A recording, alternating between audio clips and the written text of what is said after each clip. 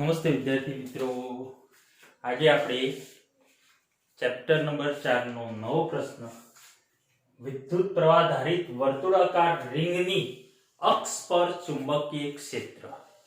તો વર્તુળાકાર રિંગની અક્ષ પર ચુંબકીય ક્ષેત્ર મેળવવું છે. આપણે બાયો સાવર્ટના નિયમનો ઉપયોગ કરીશું. આપણે ખૂબ સારી રીતે જાણીએ છીએ બાયો સાવર્ટનો નિયમ. તો અહીં ધારો કે કોઈ વર્તુળાકાર હું લૂપ લઈ લઉં, લૂપ કોઇલ, યસ. તો આ રીતે કોઈ વર્તુળાકાર લૂપ છે મિત્રો, ધ્યાન રાખજો ખાસ. આ રીતે વર્તુળાકાર લૂપ છે, ઓકે, જેમાંથી આ એનું કેન્દ્ર છે અને આમાં I જેટલો વિદ્યુત પ્રવાહ પસાર થઈ રહ્યો છે. આ રીતે લૂપમાંથી આ રીતે આમ આમ, યસ, I જેટલો વિદ્યુત પ્રવાહ પસાર થઈ રહ્યો છે, ઓકે. અને આ લૂપની અક્ષ પરના કોઈ બિંદુએ, આ લૂપની અક્ષ પરના, આ એની અક્ષ, આ લૂપની અક્ષ, યસ મિત્રો, આ લૂપની અક્ષ પરના કોઈ બિંદુ, ધારો કે અક્ષ પરનું કોઈ બિંદુ અહીં લઈ લઈએ આપણે, P બિંદુ. P બિંદુએ આપણે ચુંબકીય ક્ષેત્ર શોધવું છે, ઓકે. સારું, શું કરીશું? તો મિત્રો પહેલા તો તમને બાયો સાવર્ટનો નિયમ ખબર હોવો જોઈએ. હું તમને એક વખત યાદ કરાવી લઉં. તો આપણે જોયું હતું કે આ રીતે કોઈ પ્રવાહ ધારિત તાર હોય જેમાંથી I જેટલો વિદ્યુત પ્રવાહ પસાર થઈ રહ્યો છે અને અહીં કોઈ P બિંદુએ આપણે ચુંબકીય ક્ષેત્ર શોધવું છે. તો આપણે શું કર્યું હતું? આ રીતે IDL જેટલો પ્રવાહ ખંડ, યસ, IDL ખંડ લઈ લીધો, આ રીતે IDL ખંડ, ઓકે. અને અહીંથી R જેટલા અંતરે, કેટલા? R જેટલા અંતરે કોઈ P બિંદુએ આપણે ચુંબકીય ક્ષેત્ર શોધવા માટે બાયો સાવર્ટના નિયમનો ઉપયોગ કરીએ. IDL અને R વચ્ચેનો ખૂણો કેટલો? Theta, okay. તો અહીં IDL અને અહીં R બિંદુ, P બિંદુએ, તો IDL ની દિશામાં અંગૂઠો અને જે બિંદુએ ચુંબકીય ક્ષેત્ર શોધવું છે ત્યાં આગળીઓ ફેલાવો. આ રીતે અહીં શોધવું છે તો અહીં આગળીઓ ફેલાવો અને આગળીને આ રીતે કર્વ કરતા તમને અહીં ચુંબકીય ક્ષેત્ર ક્યાં મળતું હતું?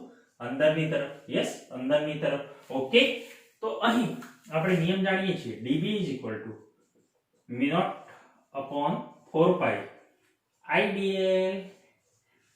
IDL cross R upon R cube, yes, IDL cross R caret upon R square, પણ R caret બરાબર સદિશ R upon તેનું મૂલ્ય, એટલે કે IDL cross R સદિશ upon R cube. અને મૂલ્યમાં આપણે લખતા હતા કે dB μ0/4π IDL cross R, એટલે કે IDL R sin theta upon R cube, એટલે કે R કટ થઈ જશે મિત્રો. તો અહીં શું વચ્ચે? R square વચ્ચે, તો μ0/4π IDL sin theta upon R square. અહીં ખાસ એ વસ્તુ તમને ખબર હોવી જોઈએ કે આ બંને વચ્ચે ક્રોસ ગુણાકાર છે. ક્રોસ ગુણાકાર હોય ત્યારે મિત્રો ખાસ આ ક્રોસ ગુણાકાર તમને આવડવું જોઈએ. ક્રોસ ગુણાકાર હોય ત્યારે આ બંને એકબીજાને પરસ્પર તો લંબ હોવાના જ, પણ આ મળતો જે સદિશ છે એ પણ કેવો હોવાનો? લંબ. એટલે કે ત્રણેય એકબીજાને પરસ્પર કેવા હોવાના? લંબ હોવાના. તમને યાદ હોય તો આપણે આ નિયમ જાણીએ છીએ, I cross J K caret, એટલે કે I અને J તો એકબીજાને લંબ હોવાના જ, પણ મળતો જે પરિણામી એકમ સદિશ છે એ પણ શું હોવાનો? લંબ હોવાનો. I cross J બરાબર K, J cross I બરાબર, દિશા ઉલટાઈ જાય, J cross I બરાબર -K caret, yes. J cross K બરાબર I caret અને K cross J બરાબર ઉલટાઈ જાય મિત્રો, K cross J બરાબર -I caret, યસ ઓર નો? યાદ છે કે નહીં? I J K આ રીતે મેં તમને શીખવાડેલું છે, I J અને K, yes. I cross J તીરની દિશામાં, I cross J તો K, J cross K I, K cross I J, પરંતુ ઉલટા હો, J cross I તો -K, I cross K તો -J. ખ્યાલ હોવો જોઈએ દરેકને, ઓકે.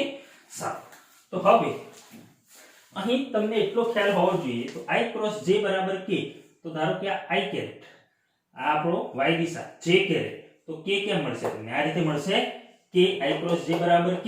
એનો મતલબ મિત્રો ક્રોસ સદિશ, ક્રોસ હોય, આ રીતે ક્રોસ હોય તો આ બંને સદિશો તો એકબીજાને લંબ હોય, પણ આ સદિશ પણ એને કેવો હોય? લંબ હોય. યસ, તો ત્રણેય પરસ્પર લંબ હોય એ તમને ખ્યાલ હોવો જોઈએ. ઓકે, તો અહીં તમને આના ઉપરથી આપણે એવું કહી શકીએ કે DB અને DL એ પણ એકબીજાને કેવા હોવાના? લંબ હોવાના. DB લંબ DL. એ જ રીતે મિત્રો DB અને R પણ કેવા હોવાના? એકબીજાને લંબ હોવાના. DB લંબ R. ક્લિયર? ખાસ ધ્યાન રાખજો, ખૂબ કામમાં આવશે, આ તમને ખબર હોવી જ જોઈએ. DB લંબ DL અને DB લંબ R, કારણ કે ક્રોસ પ્રોડક્ટ છે. તો અહીં મિત્રો આ રિંગ વિદ્યુત પ્રાધારિત રિંગ જેમાં I જેટલો પ્રવાહ આ રીતે પસાર થાય છે, પણ રિંગ કઈ રીતે છે એ તમને ખ્યાલ હોવો જોઈએ. આ રિંગ કઈ રીતે છે તો હું તમને બતાવું અહીં. તો આ રિંગમાંથી I જેટલો વિદ્યુત પ્રવાહ આ રીતે પસાર થઈ રહ્યો છે. યસ, રિંગ આમ છે એટલે મિત્રો આ રીતે છે, આમ પ્રવાહ પસાર થઈ રહ્યો છે. ઓકે, હવે એક કામ કરીએ, આ રિંગ થી છે ને એના આખી રિંગ આપણે હાલ ધ્યાનમાં નહીં લઈએ, એના અહીંયા ધારો કે I જેટલો પ્રવાહ પસાર થઈ રહ્યો છે, તો અહીં IDL જેટલો સૂક્ષ્મખંડ. યસ મિત્રો, અહીં IDL જેટલો સૂક્ષ્મખંડ અને IDL જેટલા સૂક્ષ્મખંડથી P બિંદુ સુધીનું અંતર ધારો કે R લઈ લઈએ આપણે. P બિંદુ સુધીનું અંતર R સદિશ. ઓકે, સારું. અને આ કેન્દ્ર જે છે રિંગથી ત્યાંથી P બિંદુ સુધીનું અંતર કેટલું છે? x છે. અને આ રિંગની ત્રિજ્યા કેપિટલ R લઈએ. ઓકે, રિંગના કેન્દ્રથી P બિંદુ સુધીનું અંતર x લીધું, રિંગની ત્રિજ્યા કેપિટલ R અને IDL જેટલા ખંડથી અહીં P બિંદુ સુધીનું અંતર જે છે R. ઓકે, એ જ રીતે મિત્રો નીચે પણ બતાવી શકો છો તમે, અહીં પણ બતાવી શકો છો. અહીં આ પ્રવાહ આ દિશામાં છે, તો IDL જેટલો ખંડ લઈએ તો આ રીતે તમને મળશે મિત્રો DL જેટલો ખંડ. ઓકે, તો IDL જેટલા ખંડથી અહીં અંતર તમે આ રીતે બતાવી શકો છો. ઓકે, R સ્થાન સદિશ. ઓકે, સારું. હવે આપણે P બિંદુએ ચુંબકીય ક્ષેત્ર શોધવું છે. તો પહેલા તો આની દિશા કઈ બાજુ મળશે P બિંદુએ ચુંબકીય ક્ષેત્ર? તો સિમ્પલ, અહીં તમને પહેલા તો એ ખ્યાલ હોવો જોઈએ મિત્રો કે રિંગ કઈ દિશામાં છે, રિંગ કઈ રીતે છે. તો આ રિંગ જો મિત્રો આપણી રિંગ છે, બરાબર, પણ અહીંયા આ રીતે છે એટલે એમ નથી. રિંગ કેમ છે? હકીકતમાં આમ રિંગ છે, રિંગ આમ છે, આ રીતે છે. અને એમાં પ્રવાહ જો તમે કેમ પસાર થાય? આમ એટલે કેમ? આમ પ્રવાહ પસાર થાય છે આ રીતે. ઓકે, આ રિંગની શું છે? અક્ષ છે. આ રીતે રિંગની અક્ષ છે. ઓકે, ધ્યાન રાખજો, આ રીતે રિંગની અક્ષ છે અને અહીંના કોઈ P બિંદુએ આપણે ચુંબકીય ક્ષેત્ર શોધવું છે. પ્રવાહ આમ પસાર થાય છે, તો આપણો નિયમ શું છે? પ્રવાહની દિશામાં અંગૂઠો. ચલો, આઈડિયલ ખંડ આ દિશામાં છે. જો મિત્રો પ્રવાહ આમ પસાર થાય છે તો પ્રવાહની દિશામાં અંગૂઠો અને આંગળીઓ જે બિંદુએ ચુંબકીય ક્ષેત્ર શોધવું છે ક્યાં શોધવું છે આપણે? P બિંદુએ ને, તો P બિંદુએ લઈ જાઓ. હા, આ રીતે. યસ ઓર નો મિત્રો? જોજો, સમજજો. P બિંદુએ લઈ ગયા તો અહીં આપણે આંગળીઓ કર્વ કરો તો ક્યાં જશે? આમ જશે ઉપર. આંગળીઓ કર્વ કરો, અહીં આપણે સીધું નથી શોધવાનું, આમ સીધું નથી. આ રીતે અહીં ક્યાં છે? P બિંદુ. એટલે P બિંદુ હું લઈ જાઉં તો આમ થાય કે ના થાય? તો એક કર્વ કરીએ તો ક્યાં મળશે તમને? DB ચુંબકીય ક્ષેત્ર આ રીતે મળશે. જો ધ્યાનથી આ રીતે જો શોધવું હોય તો, બાકી તો આપણને ખબર છે કે DB ભાઈ R ને પણ લંબ હોય, પણ એ પછી પહેલા આ રીતે સમજો આપણા નિયમ પ્રમાણે કે આ રીતે પ્રવાહ જઈ રહ્યો છે તો પ્રવાહની દિશામાં અંગૂઠો, આંગળીઓ આમ રાખો તો ચુંબકીય ક્ષેત્ર સીધું મળે. યસ ઓર નો? લંબ. પણ અહીંયા તો ક્યાં છે? આમ કર્વ કરીને આમ નીચે લઈ જવાનું છે. નીચે લઈ જાવ તો લંબ કેમ મળે? આમ મળે ને મિત્રો? યસ ઓર નો? જો, તો અહીંયા DB ચુંબકીય ક્ષેત્ર મળશે. એ જ રીતે મિત્રો અહીંયાથી તમારે શોધવું હોય તો પણ મળી જાય. આમ છે તો અહીંયા પ્રવાહ કેમ આમ જાય છે? તો પ્રવાહની દિશામાં અંગૂઠો પ્રવાહની જમણા હાથનો ઉપયોગ કરજો. કયા હાથનો? જમણા હાથનો. તો અહીં પ્રવાહની દિશામાં અંગૂઠો રાખો તમે. પ્રવાહ આમ જઈ રહ્યો છે તો પ્રવાહની દિશામાં અંગૂઠો. ઓકે, અંગૂઠો પ્રવાહની દિશામાં અને આંગળીઓ તમારી ફેલાવો તો આંગળીઓ આમ જશે મિત્રો. આપણો આ ખુલ્લો હાથ ધ્યાનમાં લેવાનો, આ હાથ ધ્યાનમાં લેવાનો. તો પ્રવાહની દિશામાં અંગૂઠો નીચે આમ જઈ રહ્યો છે એટલે અહીંયા આમ થાય ને, તો અંગૂઠો રાખીને આંગળીઓ P બિંદુએ હું લઈ જાઉં. એ P બિંદુ, પણ P બિંદુ ઉપર છે, આમ છે આમ તો ક્યાં જાય મિત્રો? કરો કટક આ રીતે આમ આવશે, આમ ચુંબકીય ક્ષેત્ર મળશે. તો અહીં પણ તમે લખી શકો છો કે DB ચુંબકીય ક્ષેત્ર ક્યાં મળશે મિત્રો? આ રીતે મળશે.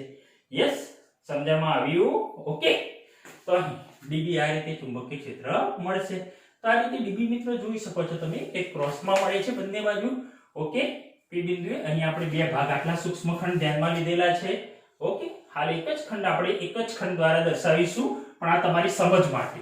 ઓકે, તો આ સૂક્ષ્મ ચુંબકીય ક્ષેત્ર ડીબી સમજણમાં આવી ઓકે આ રીતે આમ હતો પ્રવાહ આમ જતો હતો તમારી આંગળીઓ લઈ ગયા તમે પી બિંદુએ અને ત્યાંથી મિત્રો આમ નીચે લઈ ગયા તો આમ કરો કટ કટ લંબરૂપે ક્યાં મળે આમ મળે કે ના મળે ઓકે સારું ચલો ડીબી આ રીતે મળી છે ધારો કે અહીં આપણો આ ખૂણો ધારો કે થીટા છે આર અને આ આપણો સદિશ આ ખૂણો કેટલો છે થીટા છે તો આ ખૂણો થીટા હોય મિત્રો તો આ પણ ખૂણો કેટલો હશે થીટા જ હશે ને આ પણ ખૂણો કેટલો હશે થીટા કેમ થીટા હશે સિમ્પલ મિત્રો જો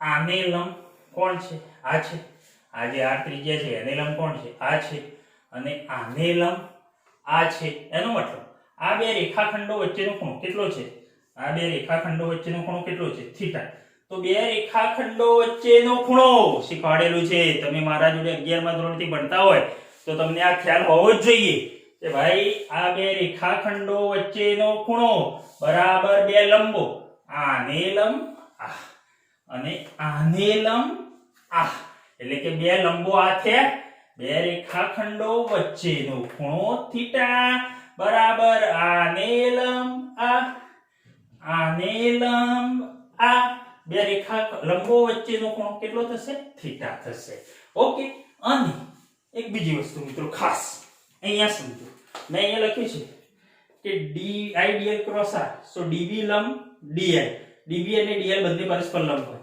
ડીબી લંબ આર ડીબી અને આર પરસ્પર લંબ હોય મિત્રો સમજજો થિયરી ઈઝી છે થિયરીમાં કોઈ વાત નથી પણ આ સમજો તમે ખૂબ કામમાં આવશે ડીબી ડીએલ અને ડીબી અને આર આ પણ પરસ્પર કેવા હોય લંબ હોય કઈ રીતે જો રિંગ આમ છે આમ રિંગ છે કે નહીં તો જો આઈડીએલ આપણો કેમ છે આમ છે આઈડીએલ આમ છે મેં રિંગ સાથે તમને દર્શાવ્યું હતું જો આઈડીએલ આપણો આમ છે પ્રવાહ દિશામાં વહે છે આમ તો આઈડીએલ આપણો આમ છે જોઈ લો ધ્યાનથી જુઓ પછી આર કેમ છે આમ છે પી બિંદુ અહીંયા છે તો આર આમ છે કે નહીં જો આ બંને પરસ્પર કેવા છે લંબ છે આઈડીએલ અને આ બંને વચ્ચેનો ખૂણો તમારે લેવો હોય તો આ કેટલો મળે તમને 90 મળે યસ ઓર નો તો અહીં આ બંને પરસ્પર આઈડીએલ અને આ બંને પરસ્પર લંબ છે અને જો ડીબી પણ કેવો છે આપણો ડીબી લંબ ડીએલ ડીબી લંબ આર ને આ આપણો આર છે આ આપણો જુઓ મિત્રો આઈડીએલ આમ એટલે આમ છે મિત્રો યસ અને આપણો આર અને ડીબી પણ કેવો છે લંબ છે તો લંબ કેમ છે ડીબી આમ છે કે નહીં જુઓ yes or no clear yes R આ રીતે લંબ છે ઓકે તો ડીબી આઈડીએલ આર અને ડીબી પરસ્પર ત્રણે એકબીજાને કેવા હોવાના આ રીતે લંબ જ હોવાના તો આ પણ ખૂણો કેટલો હોવાનો મિત્રો ડીબી અને આર વચ્ચેનો ખૂણો કેટલો હોવાનો 90 હોવાનો આ ખૂણો પણ કેટલો હોય 90 હોય યસ ઓર નો ક્લિયર સમજણમાં આવ્યું ઓકે હવે ચલો તો આપણે આગળ હે મિત્રો અહીં ડીબી આ રીતે છે થીટા કોણ છે ડીબી બરાબર તો આના બે ઘટકો આપણે લઈશું આ રીતે એક આ દિશામાં અને આ દિશામાં ધારો કે x દિશા છે ઓકે ધન x દિશા છે તો અહીં ડીબી ના બે ઘટકો મળે તમને એક તો આ x દિશામાંનો અને y દિશામાંનો તો x દિશામાંનો આ થીટા છે તો પાસેનો ઘટક ડીબી cos થીટા અને સામેનો ઘટક સામેનો એટલે આ રહ્યું ડીબી sin થીટા તો બે ઘટકો મળશે આ રીતે તમને ઓકે તો હું અહીંયા લખી દઉં છું આ ડીબી cos થીટા અને આ ઘટક આપણો સામેનો DB sin theta yes or no clear okay એ જ રીતે મિત્રો આ ખૂણો થીટા છે તો આપણો આ ખૂણો પણ કેટલો હોવાનો થીટા જ હોવાનો આમાં પણ એવું થવાનું ને એ રેખાખંડો વચ્ચેનો ખૂણો બરાબર બે લંબો વચ્ચેનો ખૂણો આને લંબ આ અને આને લંબ આ એ રીતે આ ખૂણો પણ થીટા એટલે આ પણ થીટા થશે તો થીટા તો એક કામ કરીએ મિત્રો આ ખૂણો થીટા તો આના પણ બે ઘટકો આ બાજુ ડીબી cos થીટા અને અહીં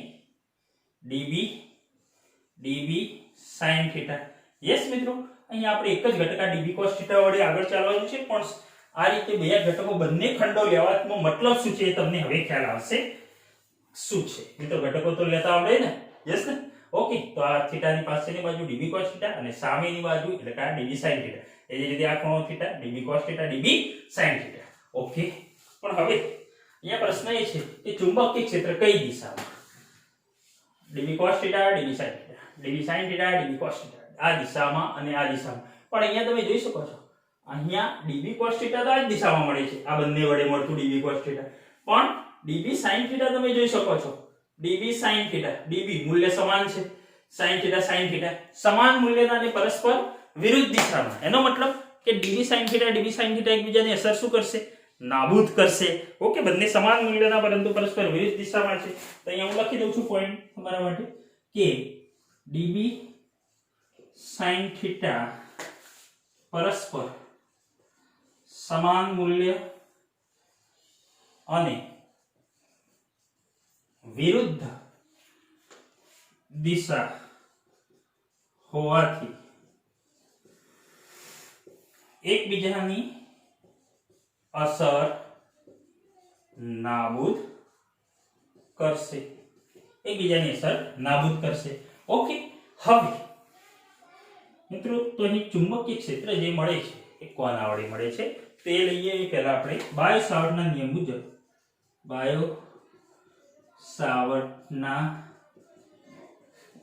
નિયમ મુજબ વર્તુળાકાર રિંગ વડે x અંતરે, અક્ષથી x અંતરે અને આઈડિયલ ખંડથી r અંતરે આવેલા P બિંદુએ આપણે ચુંબકીય ક્ષેત્ર શોધવું છે. ઓકે, તો અહીં બાયો-સાવર્ટના નિયમ મુજબ આપણે લખી શકીએ dB μ0/4π. ડાયરેક્ટ મૂલ્યમાં જ લખીએ મિત્રો, આઈડિયલ sin θ/r². ઓકે, અહીં sin θ કોની વચ્ચેનો? મેં તમને આગળ જ વાત કરી. અહીંયા કોની વચ્ચે ક્રોસ ગુણાકાર છે? આઈડિયલ dl અને r વચ્ચેનો. આઈડિયલ અને r વચ્ચેનો ખૂણો. તો આઈડિયલ અને r વચ્ચેનો ખૂણો કેટલો થાય? આઈડિયલ અને r કેટલો થાય? 90. હાલ જ મેં તમને શીખવાડ્યું, આઈડિયલ અને r બંને એકબીજાને પરસ્પર કેવા? લંબ. તો 90 ખૂણો થાય. આ ખૂણો કેટલો થશે મિત્રો? 90 થશે. તો અહીં θ = π/2. sin θ એટલે કે sin π/2 90 કેટલો થાય મિત્રો? 1 થાય. તો અહીં dB શું લખી શકાય? dB μ0/4π IDL r². Equation number 1. Okay, ચલો હું પૂછી દઉં છું, નોંધી દેજો સાઈડમાં. ઓકે, ખૂબ મહત્વનું. ચલો હવે મારે અહીં ચુંબકીય ક્ષેત્ર શોધવું છે P બિંદુએ. તો આપણને સૂત્ર તો મળી ગયું, dB μ0/4π IDL r². ઓકે, પરંતુ અહીં એક કામ કરીએ, IDL ખંડ અને r². તો આ ચુંબકીય ક્ષેત્ર કઈ દિશામાં મળે છે? આપણે જોયું કે dB sin θ તો એકબીજાની અસર શું કરે છે? નાબૂદ કરે છે, સમાન મૂલ્યને વિરુદ્ધ દિશામાં. તો આ તો નાબૂદ કરે. તો હવે ફક્ત ચુંબકીય ક્ષેત્ર કઈ દિશામાં? x દિશામાં. યસ ઓર નો મિત્રો? x દિશામાં ચુંબકીય ક્ષેત્રનો ઘટક મળે છે. કયો? dB cos θ. તો આપણે કયા ઘટકને ધ્યાનમાં લઈશું? ફક્ત dB cos θ ને ધ્યાનમાં લઈશું x દિશામાં. ઓકે, આ કોઈ એક ખંડને લીધે dB cos θ. તેથી અહીં x દિશામાં મળતું ચુંબકીય ક્ષેત્રનો ઘટક મળતા ચુંબકીય ક્ષેત્રનો ઘટક dB of x = dB cos θ. આપણે dB cos θ ને ધ્યાનમાં લઈશું. સો dB છે આપણે જોયું μ0/4π IDL r² cos θ. તો એક કામ કરો મિત્રો, આકૃતિ પરથી આપણે કંઈક ધ્યાનમાં લઈએ. આકૃતિ પરથી અહીંયા હું સાઈડમાં ઉલ્લેખ કરું છું, ધ્યાન રાખશો. આકૃતિ પરથી cos θ જોજો. cos θ શું થાય? આ ત્રિકોણ લઈ લો, કાટકોણ ત્રિકોણ. cos θ = પાસેની બાજુ ભાગ્યા કર્ણ, r/r. cos θ = r/r.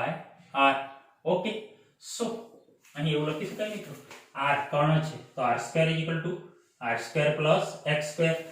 સો r² = r² + x².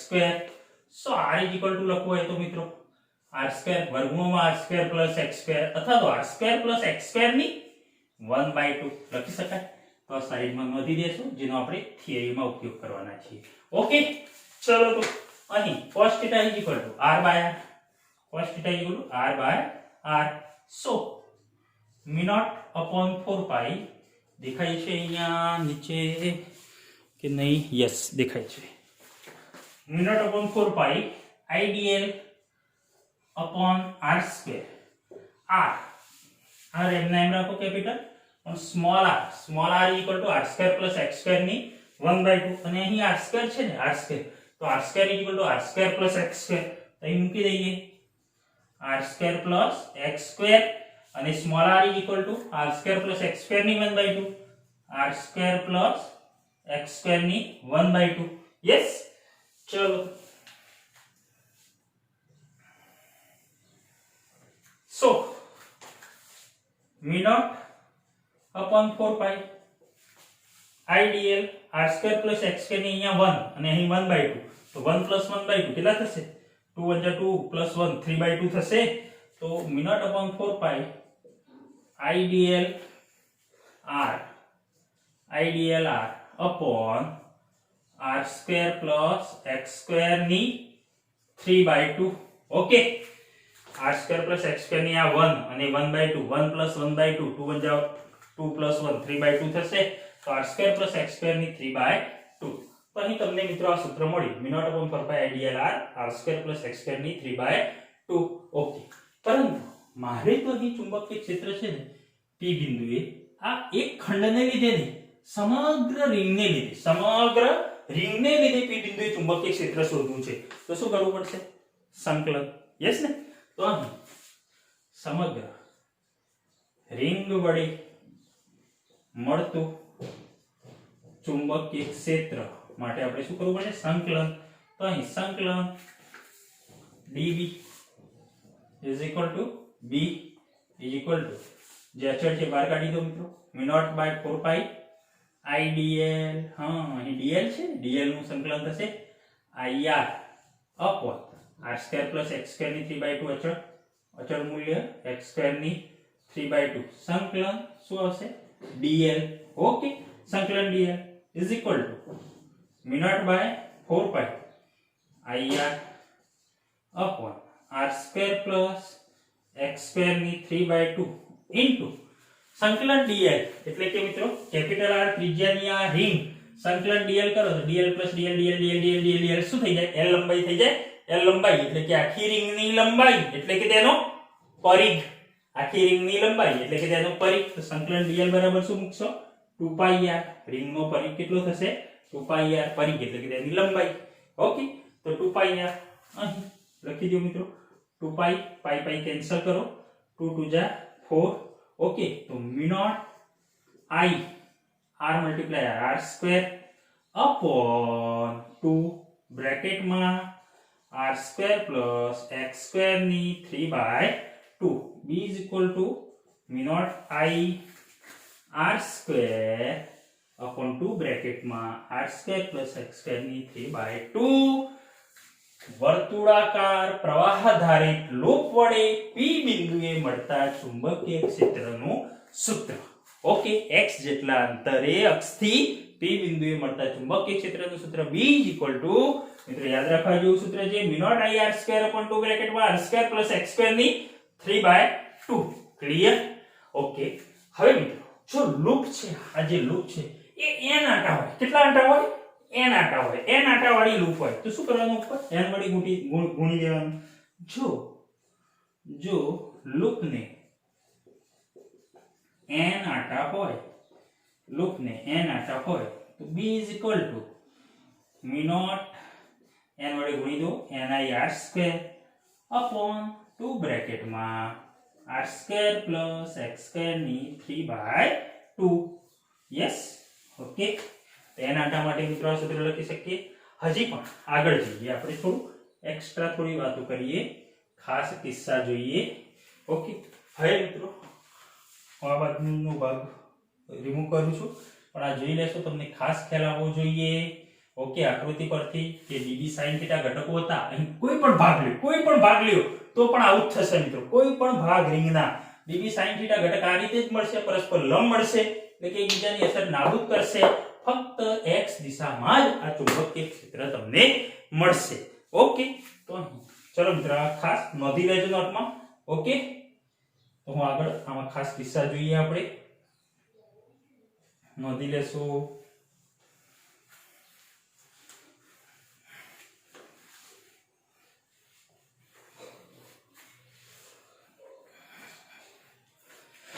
હવે અહીં તમને લૂપને લીધે મળતું ચુંબકીય ક્ષેત્ર પરીક્ષામાં પૂછાય તો આટલે કે આટલે સુધી તમે લખી શકો છો આ થિયરી.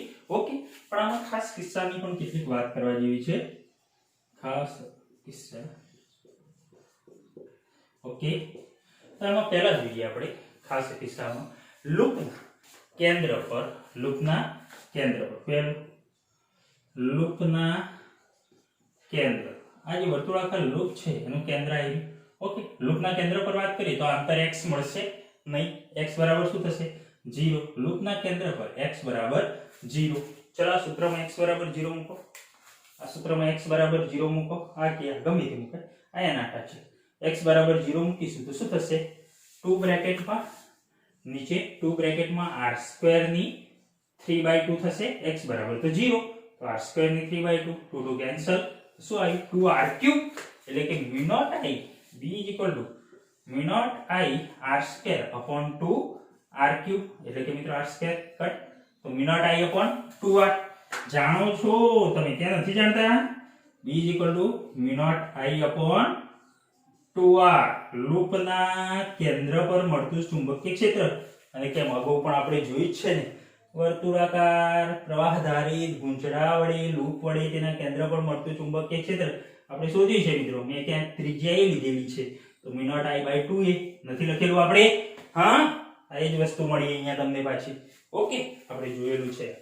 ઓકે, તો કેન્દ્ર પર મળતું ચુંબકીય ક્ષેત્રનું સૂત્ર b = μ0 i/2r.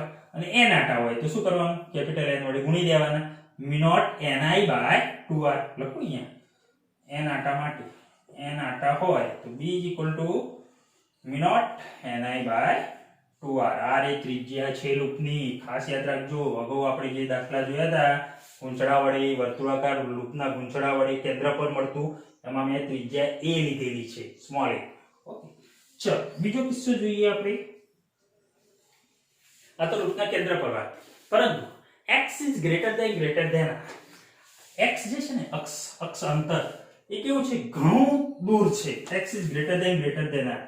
x is greater than r માટે તો અહીં લખી શકાય x is greater than r માટે b = x ઘણો મોટો છે r કરતા, તો r² ને અવગણી દો. તો શું થશે મિત્રો? b = μ0 i r² upon r² ને અવગણી દેવાના છે, કારણ કે x ઘણા મોટા છે, r ની નાના છે. તો x² ની 3/2 2 કેન્સલ, તો μ0 i r² upon 2x³ એટલે લખાય b = μ0 i r² upon 2x³. x is greater than r માટે n આટા હોય તો n વડે ગુણી દો. ઓકે, ચલો આગળ જોઈએ.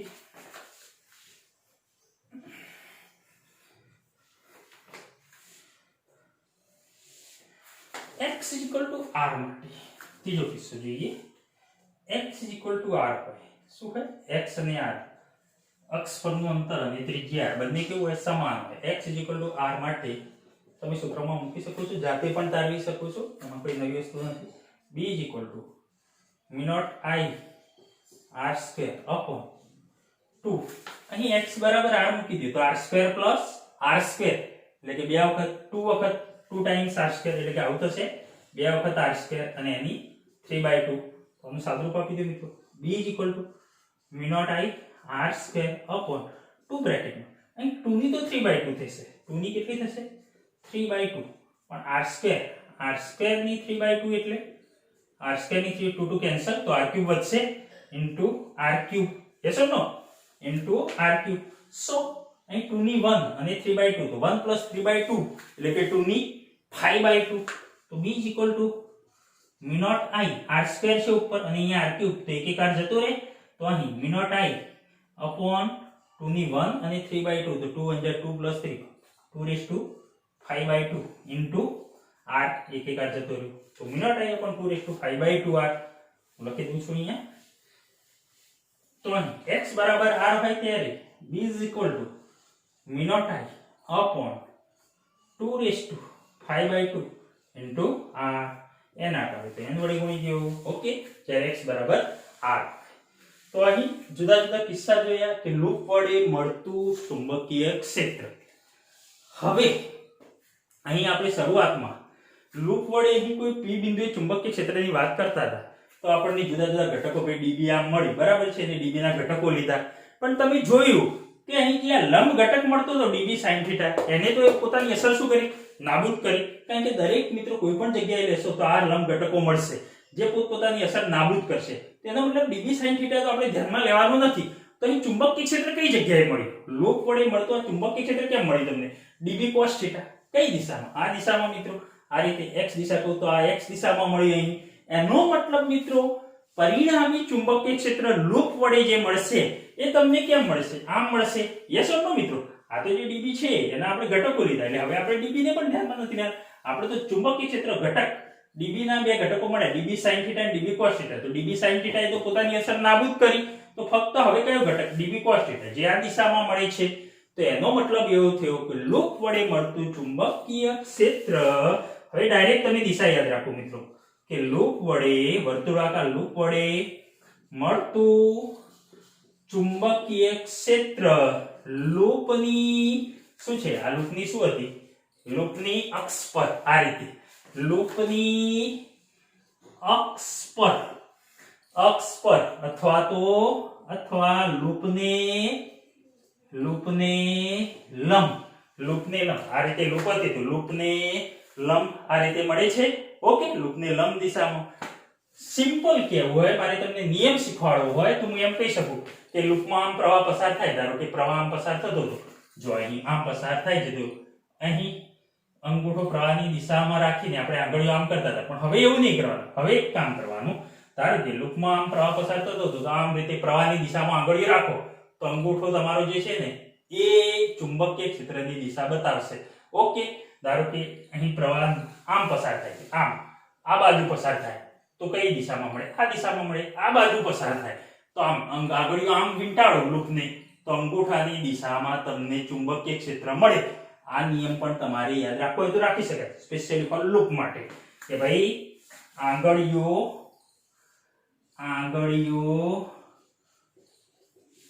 પ્રવાહની દિશાને વીંટાળતા, પ્રવાહની દિશામાં વીંટાળી દો.